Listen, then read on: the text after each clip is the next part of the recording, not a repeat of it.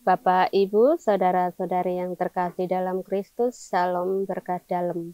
Hari ini Minggu 6 Juli 2025, kita berjumpa dalam Remat Renungan Malam Singkat Stella Maris Jepara.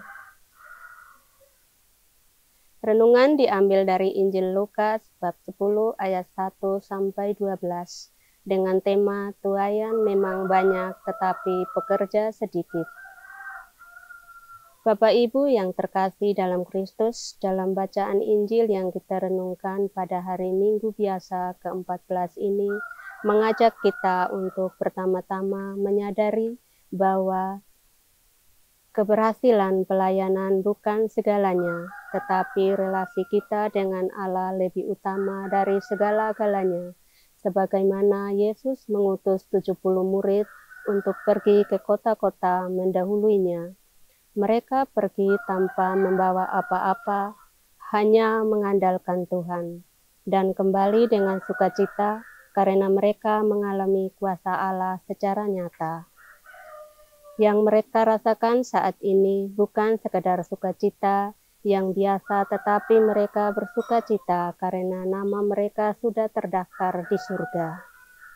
Hal ini juga mau menunjukkan urgensi dari misi Allah adalah bahwa kerja Allah itu terlaksana terlebih dahulu sebelum kerja manusia. Artinya bahwa Allah menghendaki apa yang mau Ia perbuat bagi umatnya melalui para murid. Mereka pergi mewartakan Injil dan banyak mendapat tuaian. Arti tuaian yang dimaksud adalah bahwa ketika mereka pergi mewartakan Injil kepada semua orang, tergantung pada kesiapsediaan setiap orang untuk menerima Injil dan bertobat. Penyerahan diri yang total kepada Allah dalam melaksanakan tugas ini, sebab bagi Allah segala kesulitan dan tantangan dengan mudah dilewati jika memiliki iman yang teguh. Selalu mengandalkan kekuatan Tuhan dalam setiap tugas yang dijalankan seperti para murid yang teguh dalam iman, meskipun banyak rintangan dalam pewartaan Injil kepada semua orang.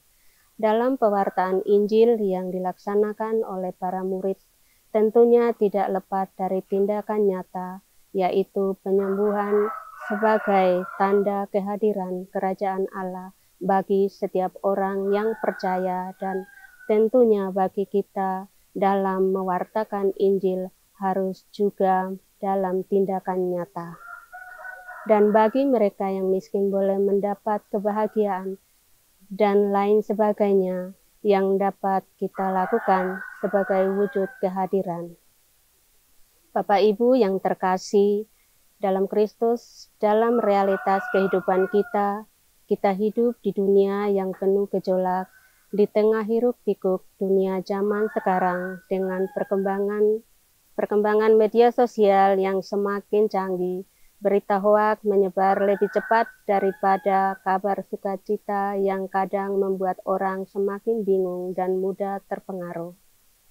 Kurangnya membangun relasi yang baik dengan Tuhan, sehingga banyak orang terkadang merasa lelah, baik secara mental maupun spiritual. Kadang merasa kebingungan dengan identitas diri, kadang juga krisis dan bahkan kehilangan arah hidup.